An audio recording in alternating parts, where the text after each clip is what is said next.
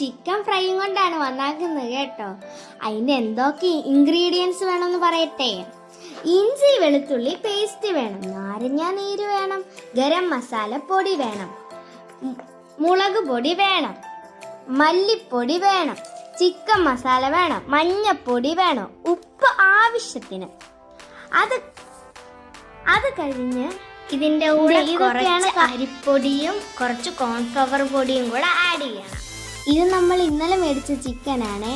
ഇന്നലെ മേടിച്ച ചിക്കൻ നമ്മൾ ഫ്രീസറിൽ വെക്കണം, എന്നിട്ട് അടുത്ത ദിവസം വേണം എടുക്കാൻ. എങ്കിലേ നല്ല സോഫ്റ്റ് കാണിച്ചത് കേട്ടോ.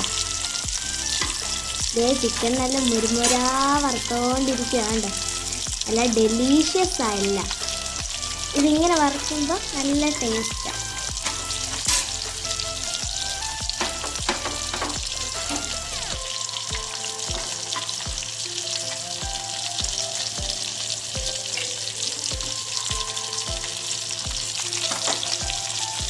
ചിക്കൻ ഏകദേശം എടുക്കാറൊക്കെയായി.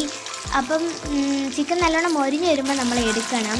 നല്ല ടേസ്റ്റായിരുന്നു ഗൈസ്, എല്ലാവരും ഒന്ന് ട്രൈ ചെയ്യണം കേട്ടോ. നല്ല ടേസ്റ്റായിരുന്നു.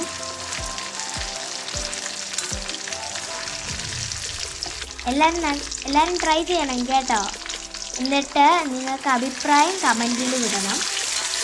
നല്ലോണം ഇളക്കി കൊടുക്കണം. നമ്മളൊരു 50 മിനിറ്റ്സ് മാക്സിമം വെക്കണം അടുപ്പയിൽ.